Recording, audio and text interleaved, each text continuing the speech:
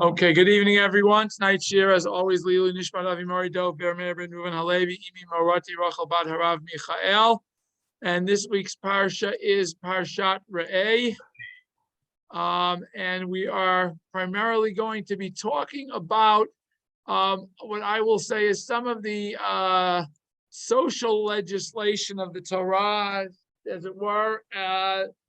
I think that if we look at a lot of the different mitzvot, good evening, a lot of the mitzvot that we have in this week's parsha, we're going to see, I hope we're going to develop a pattern of how the Torah wants the society to be set up to allow for economic activity and to allow for equitable economic activity. So that's part of what I want to focus on tonight, but I'll begin with a preface that the parsha of Re'eh is the beginning of part 2 of Sefer Devarim. Part 1 of Sefer Devarim was really Moshe's musar to the people of parshot of Devarim. Vetchan and Akev are much more of a historical focus. Moshe focusing on the generation about to enter Eretz Yisrael and reminding them again and again and again, don't forget the mistakes that were made by the generation that left Egypt. Don't forget the wonderful things Hashem did for you, taking you out of Egypt and in the desert. And don't repeat those mistakes so that you will ultimately be able to inherit Eretz Yisrael and live there successfully as a nation. That's part 1. Part 2, Moshe now begins with section 2 of Dvarim, which focuses primarily on mitzvah and mitzvah. We're going to have, for most of the parashot of Re'eh, Shoftim and Kiteitzei, one mitzvah after another. Sometimes there's a rationale for the order of them. Sometimes they seem completely, almost haphazard in the terms and the way they are laid out. But that's where we are right now in the beginning of Parashat Re'eh. We are beginning with the general introduction to the mitzvot. Again, it's almost I will say it's the transition. The first 3 psukim that I put up here on the screen are basically the transition from Moshe's musar, his exhortation to people, to Moshe's now relating a large body of mitzvot, and the seemingly overreaching theme of all of these mitzvot is they are mitzvot that are primarily focused on Eretz Yisrael, on the society that the Bnei Yisrael is supposed to be setting up in Eretz Yisrael. And so at the beginning of this week's parsha, we will have a large litany of mitzvot relating to the Beit HaMikdash, mitzvot relating to the destruction of Avodah Zarah once they get into Eretz Yisrael, and other mitzvot relating to living in Eretz Yisrael. We then have an introduction to the dietary laws, those animals were allowed to eat, not allowed to eat. And then we get into a lot of what, as I said, what I'm going to call the social legislation, which is what we're going to try to focus on today. And the parsha ends with a discussion of not all of the Chagim, because Rosh Hashanah and Yom Kippur are eliminated, but specifically the Shalosh Regalim of Pesach, Shavuot, and Sukkot, and specifically the aspect of Aliyah L'Regel, which seems to be the focus of the parsha of the Regalim here. Again, because as the people having spent their entire lives, these people have grown up in the desert, they spent their entire lives there, where the sanctuary was theoretically a reasonable walk. They weren't living spread out throughout Eretz Yisrael. They now are entering a new phase where they're going to enter Eretz Yisrael, and the Shalosh Regalim are going to be a focal point for people coming to Yerushalayim and getting together as a nation. So that's one of the focus at the end of the parsha, but we're not going to get into that today. Bez Hashem, at a future point, maybe we'll have a chance to talk about that a little bit more. So the parsha of Re'eh begins, as I said, with 3 very simple psukim.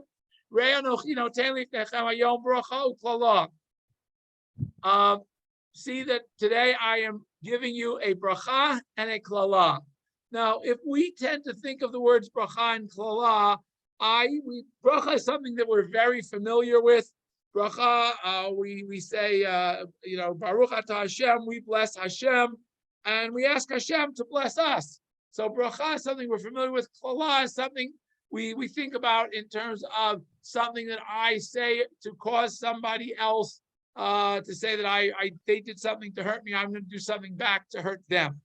So if you think in terms of bracha and klala, they're polar opposites. And it's interesting because the way Moshe introduces them is the bracha is asher tishmeo mitzvot Hashem Elokechem, and the klala is imlo tishmeo mitzvot Hashem Elokechem. So we notice very similar phraseology introducing this concept of bracha u'klala, that if we want our lives to be a bracha, we have the choice to make our lives be a bracha. If we want to make our lives be a klala, we have the choice to make our lives to be a klala. And that's exactly what Moshe is saying in the first verse. He says, you have the choice. I'm giving it to you. You can choose whichever you want. Later on, toward the end of Nitzavim, again, the parshat Nitzavim, Moshe is going to say the same thing. I put before you bracha klala, and he chooses Chaim, and he equates bracha and klala to Chaim and Mavet, to life and death, and he exhorts Israel to choose life, which seems a very good logical choice. We all want to choose life, but in order for life to be livable, to be worth living, we have to be living a life of bracha, and that's exactly what Moshe is telling us here. You have the choice. Don't think that this is inevitable. Don't think that anything is forced upon you. It is your choice to determine every day how you want to live your life. Do you want to be part of the bracha, or do you want to be part of the klala? And that is, as I said, clearly spelled out, again, very interestingly, by the parallel phraseology, except for one little word, and that is the word lo. Okay, so again, the words is except on the klala side, it's prefaced by the word lo. If you choose not to listen, then you are choosing the klala side. Okay. As I said, I want to focus primarily on the social aspects. So one of the things that we have, one of the mitzvot that the Torah now, that Moshe tells us about here, is the concept of ma'aser. Now, it's interesting because we've spoken about ma'aser. Ma'aser, of course, the word in English is tithe. We take 1/10 of our crop. Again, remember the primary economy, as Moshe has laid it out for the Jewish people as they're entering Eretz Yisrael, is going to be agricultural.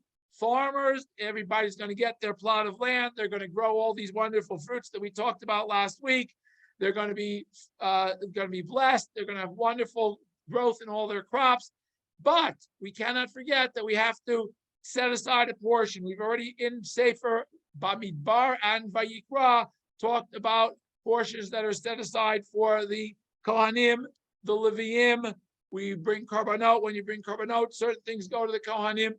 So all of these are to support the Kohanim and Leviim who do not get a piece of land.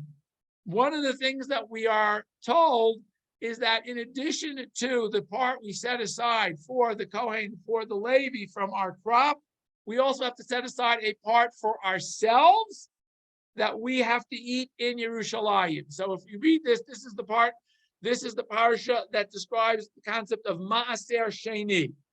I am to take Aser Taseret Kol Tvat Zarachai Yotzei Asodeh Shana Shana. In each, I guess we would call it growing cycle year. In each, there's just like we have a calendar year for doing our taxes, we had a calendar year for doing your Truvot and Ma'asrot. So when the growing season was ended and you had collected all the crops, you had to count and measure off 1/10. And give it. First, you measured off you didn't measure. You took a small portion, gave it to the Kohen. That portion could be anywhere from 1.5% to 2.5%, depending on whether you were generous or more frugal. You gave either 1/60th, 1/50th, or 1/40th to the Kohen. Anywhere, as I said, from 1 2/3% to 2.5% went to the Kohen. After that was separated for the Kohen, you took by measure 1/10, gave it and set it aside to give to the Levi, and then you had to take 1/10 of what remained and set it aside to be brought to Yerushalayim to be eaten there. Now, one of the things is you don't know how big your crop is going to be. How much is 1/10 of your crop? If you've got a lot of crops, if Hashem has blessed you with bountiful produce, how are you going to be able to carry all of that 10% of your produce up to Yerushalayim to be able to eat? And the Torah says not to worry. In Pasuk Chavdal, we're told, you live quite away from Yerushalayim. And you don't have enough animals to carry all of this stuff. You live a long way from the place that Hashem will choose, which of course we know is Yerushalayim. Hashem has blessed you. Therefore, you've got so much, you can't carry it all.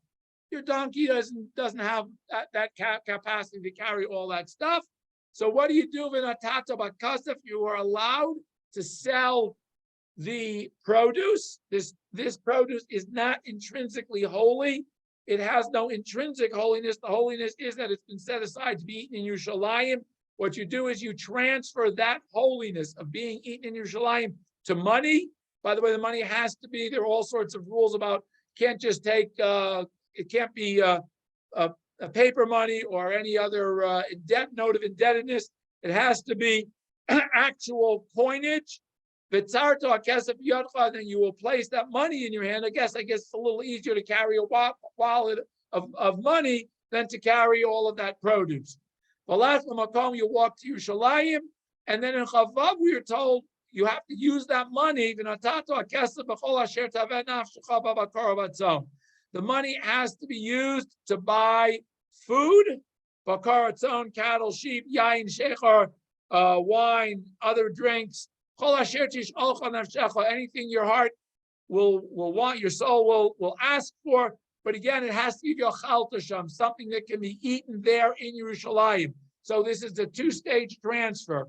You take the produce, you redeem it for this money. The money now is Maser Sheni money that has to be used in Yerushalayim. You then take that money, buy other food with it, and that food now has the Kedusha of Maser Sheni, has to be eaten in Yerushalayim. Interestingly enough, excuse me, it says you have to eat this in a mode where you are in a joyful mood. Generally, it seems that people, when they went up to Aliyah L'Regel, when they went to Yerushalayim, they would take their master money because they were celebrating the Chag. This gave them an opportunity. They would have plenty of food for the Chag because they would have all their master money to spend. However, no matter how much time you spend in Yerushalayim, if your blessings are so great, you're not going to be able to eat it all. What do you do with the excess? The Pasuk tells us, don't forget the Levi. Remember, the Levi does not have a portion of land. It is our job collectively, individually and collectively, to support the Leviim. As the Torah says, Hashem did not, he has no portion in the land. His portion is that when we get to Yerushalayim, we share with the Leviim too. Now, interestingly enough, this happens, this tithing and bringing to Yerushalayim happens in 4 out of every 6 years, out of every 7-year cycle. Remember that we have the agricultural cycle in Eretz Yisrael that the Torah has established for us. Just like our weekly cycle is 6 days we work and the 7th day we rest, we have 6 years of planting and reaping and a 7th year of Shemitah. Now, in those 7 years, we have 2 3-year cycles, years 1, 2, and 3, years 4, 5, and 6, and then comes the 7th year, which is Shemitah, where we don't harvest our crops. All crops are left for anybody to take. But during the 3rd year and the 6th year of the cycle, we have Psukim Chavchet and Chavtet, where we do not take that second tithe that we ordinarily take in years 1, 2, 4, and 5 of the Shemitah cycle.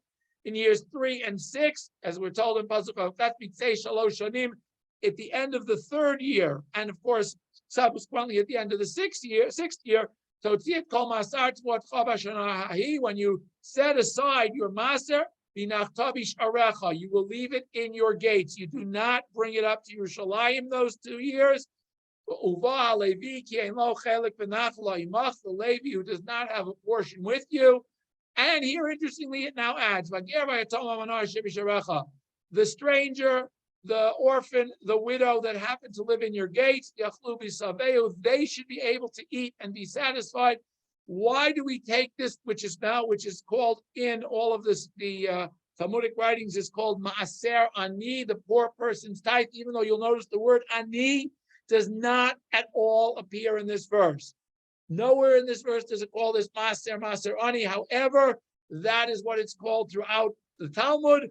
But again, notice the people we're distributing it to here are the Levi, the stranger, the widow, and the orphan, to make sure that nobody gets left behind. Notice there are no poor people, and that's going to be an important thing that I think the Torah is now going to focus on in the next couple of parshat. I really want to make sure you understand and get that distinction. Again, why do we not bring this up to Yerushalayim, and what is the purpose? When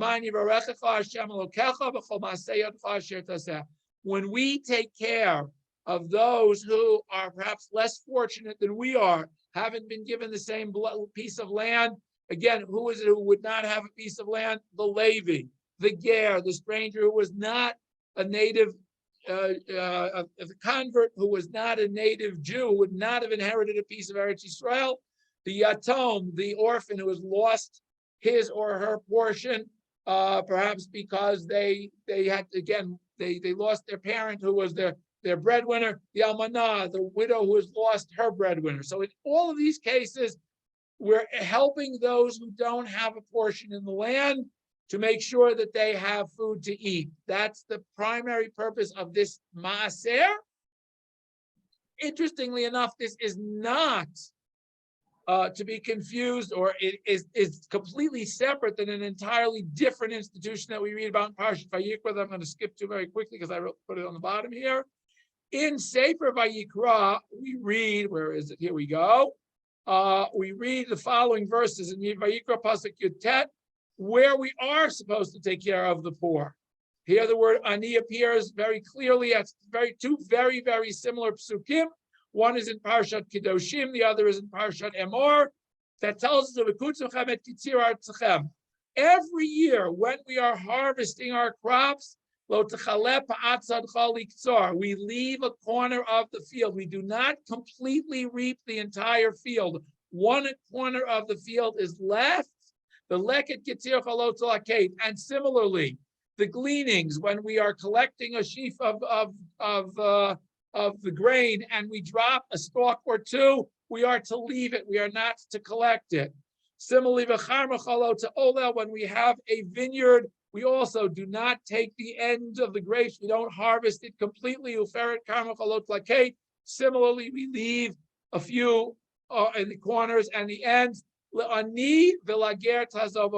are to be left for the poor, and again, the stranger, the convert who does not have their own land.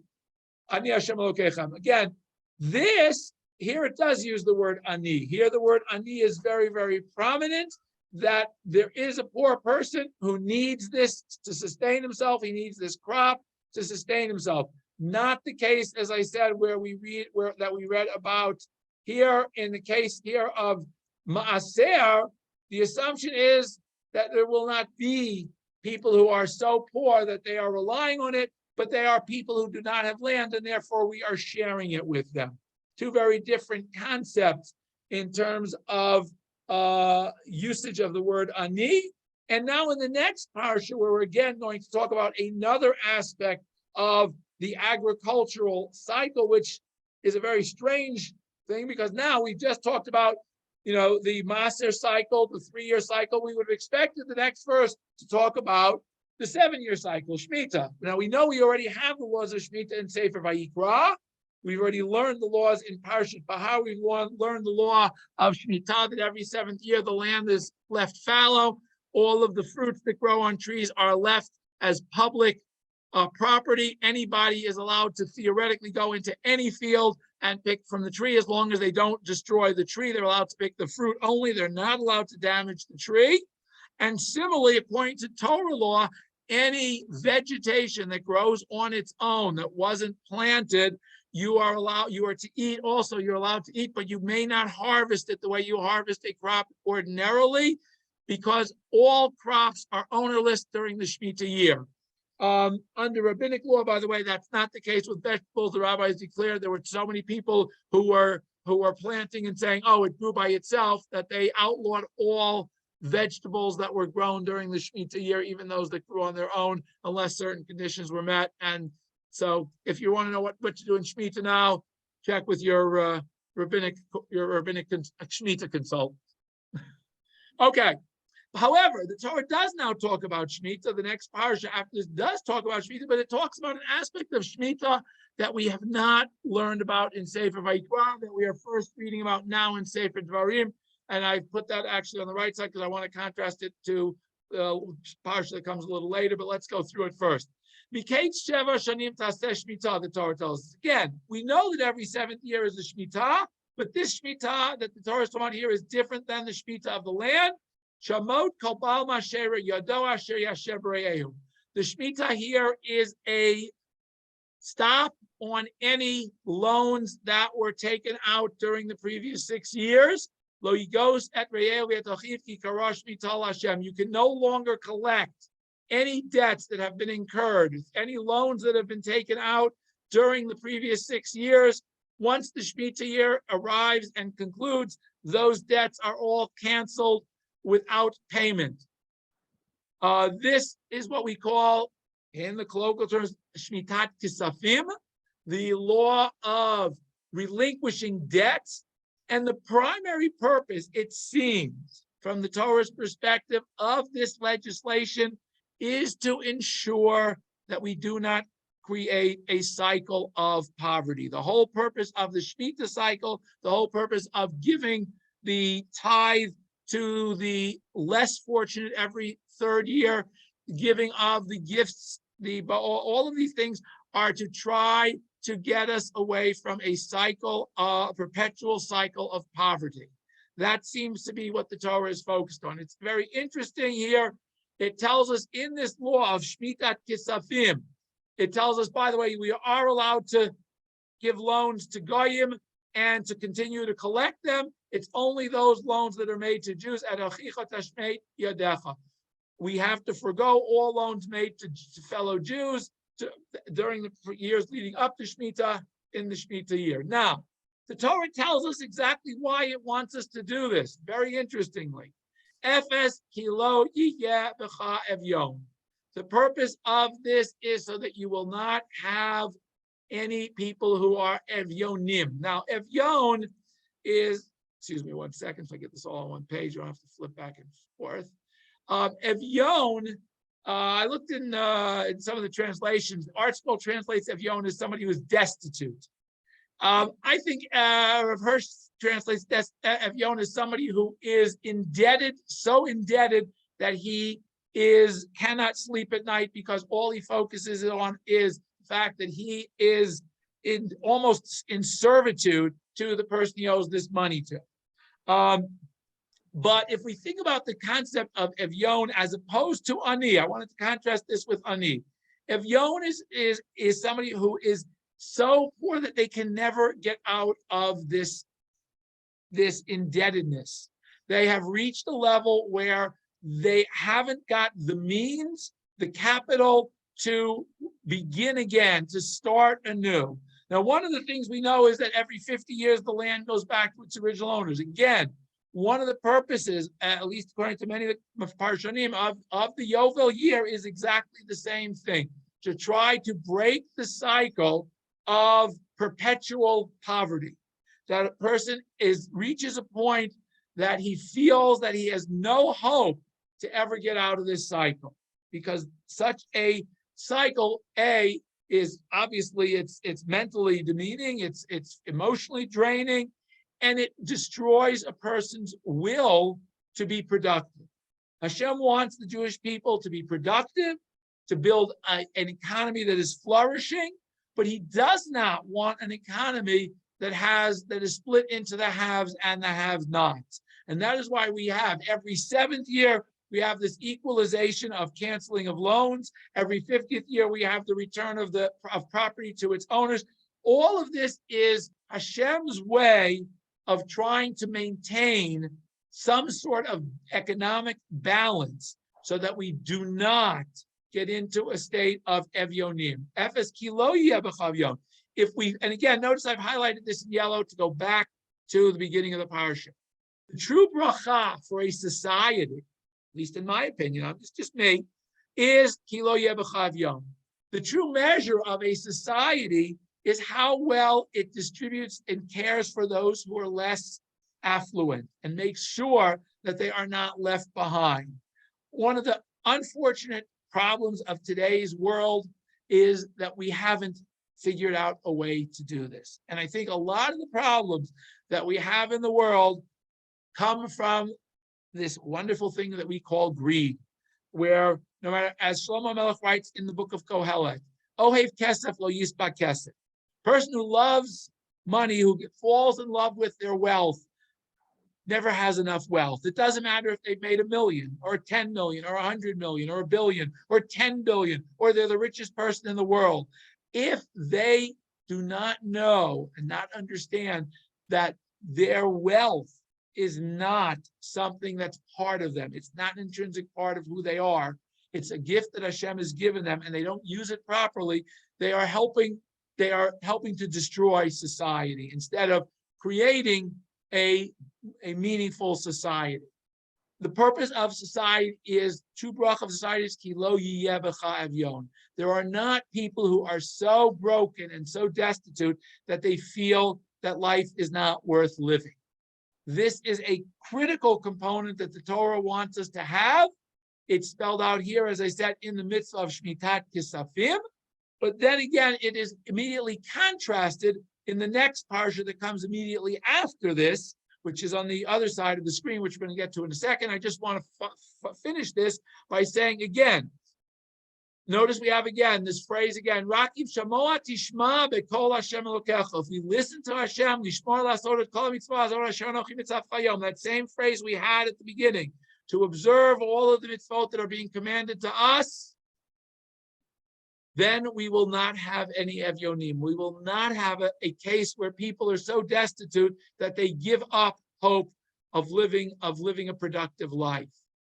Why? How does that happen? Ki Hashem elokecha beirachecha. Hashem again promises us this bracha will accrue to us. Kasher divrei lach, as He has told us, you'll be able to rule over many nations, and they will not rule over you. And you will be able to lend money to other nations and support them.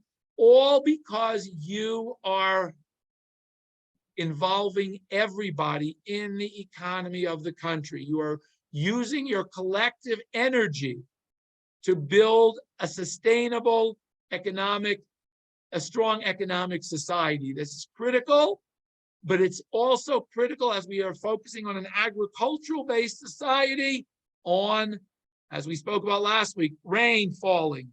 Hashem sending us rain because we are observing and we have a relationship with Hashem, and Hashem wants us to survive and thrive in our new homeland. Interestingly enough, as I said, the Torah contrasts this by what happens if not. Let's go back to the other side of the screen for a moment here. Get my mouse to work. Okay. Interestingly enough, in Pasuk Dal, we're told, Lo yiyeh b'cha. There will not be. If things go right and you have this bracha, there won't be any evyonim. What happens if there are? It means something is not working right. If we have people who seemingly are in a cycle of poverty they cannot get out of, then we have as a society have failed, but we have an obligation. We can fix it. Torah tells us how. When there will be an evyon, as I said, somebody who has reached the end of their financial rope, they see no hope for the future.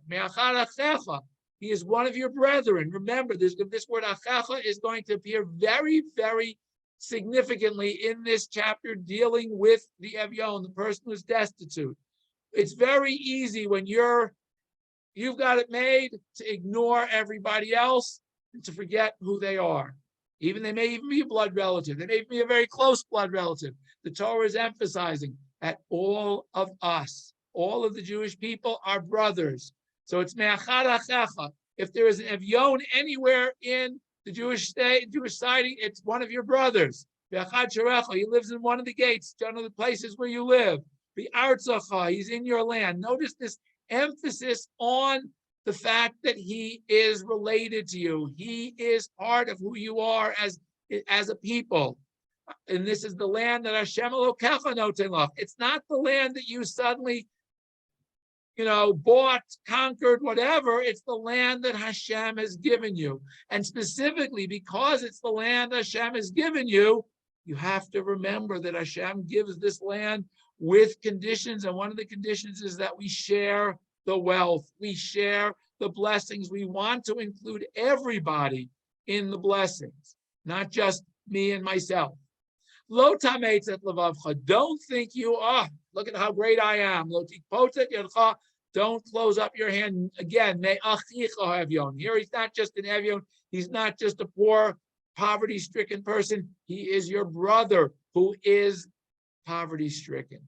Remember that. We have a specific mitzvah. Patoach tiftach et yadcha lo. Interesting phraseology. Excuse me one second. Concept of patoach tiftach. Whenever the Torah uses an infinitive, this concept of a verb followed by its infinitive, it is for emphasis. Generally, it's translated as open, you shall surely open. But it means even if you have to do it multiple times, even if you have to reach out to this poor person multiple times to help them out, they're having trouble meeting their payments, finding food for their family, finding a place to live, whatever it might be. Patoach tiftach et yadcha lo, v'avei tavitenu, and you should, again, here we're talking about lending him. The need that he has, whatever is missing for him to be able to get back on his feet. This pasuk, even though today many people say, this is talking about tzedakah, it's not. It's talking primarily havei tavitenu. You are to lend him money to get him back on his feet. How do we break the cycle of poverty? Not by giving handouts and keeping people dependent. We break the cycle of poverty, the Torah tells us, by giving them loans and teaching them how to learn on their own to make a living. This is the critical aspect that the Torah has here for Achicha Evyon. Now, again, it's very easy to say, well, he lost all his money once, he's going to do it again. This guy doesn't know how to, he just can't do it. He doesn't know how to run a business or run a farm or whatever. Hishamar Lacha. Torah tells us, be very careful. Lest your heart say to yourself, your foolish heart say to itself, wait a minute, it's the 6th year, next year Shemitah, how can I lend this guy money? I'm going to lose the money next year, the loan's going to disappear. Again, notice this phrase, suddenly your eye is going to look askance, look negatively at your brother, this person who is poor. You will not give him this loan because it's the 6th year. I'm going to lose my money. I don't want to lend him money right on the eve of Shemitah. Maybe I'll wait another 2 years. In another 2 years, he might not have survived. And he's going to call out to Hashem, and you will have sinned. Because Hashem always hears the tefillot of those who are less fortunate. Okay, so the Torah reminds us, Naton titain lo, you must give him, and don't take it harshly when you give him. Again, remember, we're not talking here about giving a handout. We're talking here about lending him money that you may very well not get back, which could be seen as the equivalent of a handout, but you're giving it to him in the concept, in the framework of a loan, to help him get back on his feet. That's the purpose here. Okay, why do I want to do this? Because where do you think the money that you're going to lend him came from in the first place? Came from the blessings that Hashem gave you. And now, interesting pasuk here. We went from lo yeh to ultimately lo yechtal of yoni karavarets. Unfortunately, the Torah tells us the reality is, you're right, there are always going to be people who seem to be in this cycle of not being able to get themselves going. And therefore, Hashem commands us, Patoach Tiftach, once again, a second time, the same phraseology repeated, Patoach Tiftach, again, Et Yadcha, again, who is it? Li'achicha. Now, interestingly enough, suddenly there's a new word here, La'aniyecha, to the people who are poor, Uli Avyoncha, and to the destitute, Bi'artsecha. Now, it's interesting. This is one of only two or three places in the Torah where Ani and Evyon appear together in the same pasuk. Because typically the Torah relates to Ani as somebody who is just temporarily going through a hard time, but they are somebody who has a history of being able to make ends meet. They're going through a hard time. Maybe it was an illness, so they couldn't work for a while. Maybe it was some calamity that caused their house to whatever. Whereas the Evyon is somebody who seems to be caught in a perpetual cycle of poverty. So here at the end, the Torah is telling us, don't think that this only applies to the Evyon, it also applies to the Ani, but I don't think that the Torah thinks it has to give that same emphasis. So the Ani is somebody you might be more inclined to lend to anyway in the first place, because you've seen in the past they've been able to make ends meet. And they're not going to be rich, but they're able to make ends meet, as opposed to the Evyon, who seems to be in this downward spiral all the time, and you're afraid you're never going to get your money back. Hashem is telling you, don't worry. You'll get your money back. I will send my blessing. But again, if you choose to close up, then there will be plenty of poor people. Society will ultimately break down. And I think this lesson here of putting these two parashot together very, very strongly focuses us on the concept that all of our financial and economic success that we as human beings tend to attribute to our wonderful business acumen, our wonderful strength and brilliance of knowing how to rotate crops if we're an agriculturalist, or knowing how to create the latest inventions if we're an inventor, or knowing how to buy the most perfect real estate if we're a real estate mogul. Whatever it might be, we tend to think we earned it. We did all that work. We did it. Hashem is reminding us loudly and clearly we should never fall into that trap. We always have to remember and acknowledge, whether we go to work every day and, quote, earn a living, whether we hit the lottery or we get a great inheritance or whatever it might be, all of these are gifts from HaKadosh Baruch Hu. Our resources, whether they may be our brain power, whether they may be our brawn power, whether it may be our financial resources, all of those are gifts from Hashem. The Torah is focusing us on that here as we stand on the threshold of entering Eretz Yisrael, where Hashem is going to give us this bountiful blessings if things go okay, if we observe and do what we're supposed to be doing. And one of the things that we're supposed to be doing is never forgetting who the grantor of all of this wealth, this blessing is.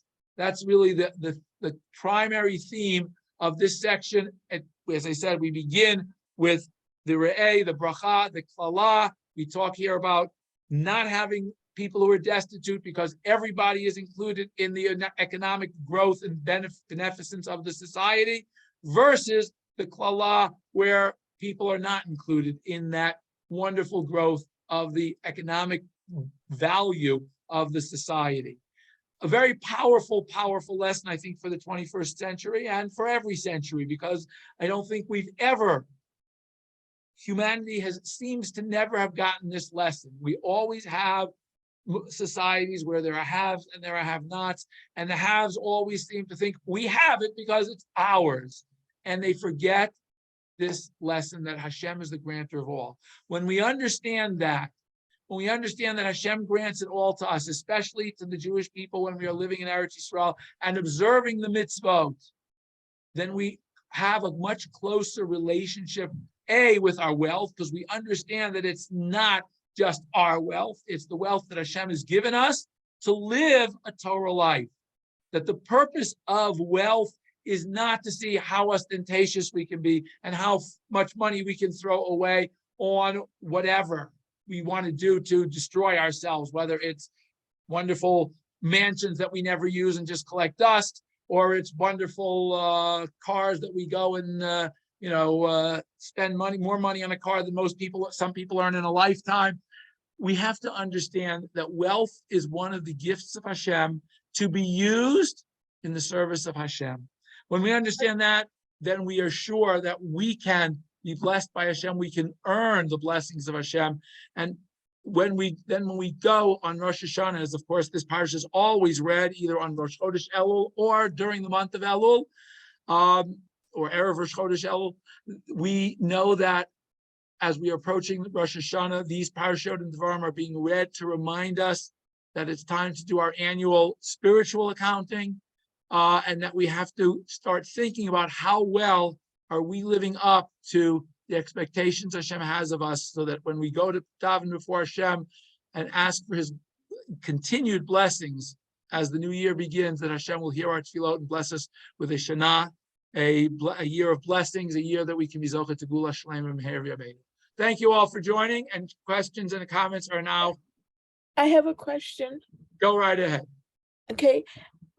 When you talk about the ani or the avion, if they take their money and they buy 10 Mercedes or whatever it is, and then they have no money to put food on the table or for the little things, what is our responsibility to them? The same as I would not classify somebody who spent their money on one. Forget about 10 Mercedes, on one Mercedes.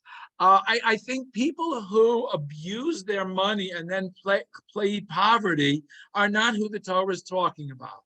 The Torah, as I said, when the Torah says Evyon, it's talking about somebody who has nothing and feels they have nothing because they are either challenged in terms of crop, or they don't know how to be a good farmer, or they haven't learned.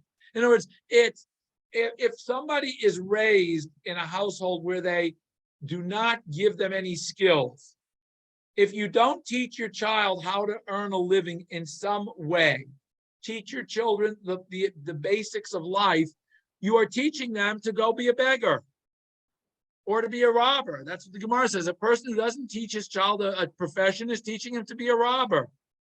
The Torah wants us to teach our children to be productive members of a productive society. So people who squander their wealth are not people who are considered aniyim. As I said, one of the challenges of the 21st century in terms of knowing who to give is, what am I supposed to do? Whenever somebody comes to me for a donation, I'm supposed to, run a financial report on them, check what they have? No. How you decide who you want to give a loan to, who you want to share your wealth, give because the Torah has told us that we have a mitzvah to help. That's clearly, I would not classify somebody who has squandered their wealth on frivolities as somebody who is worthy of receiving either tzedakah or a loan. But again, that's. But then what? On the other hand, what if they just don't know how to manage their money? Well, again, that's one of the things. If you'll notice, there are a number of organizations that have sprung up in the last 15, 20, 30 years. One specifically, I can't think of the name off the top of my head, that specifically focuses on teaching people how to manage money. There's an amutah here. I've forgotten the name of it. You'll pardon me. But they specifically focus on helping young and families learn how to manage money, learn how to manage their resources, because that's an important thing you need to know. You can't run a household if you've never learned how to.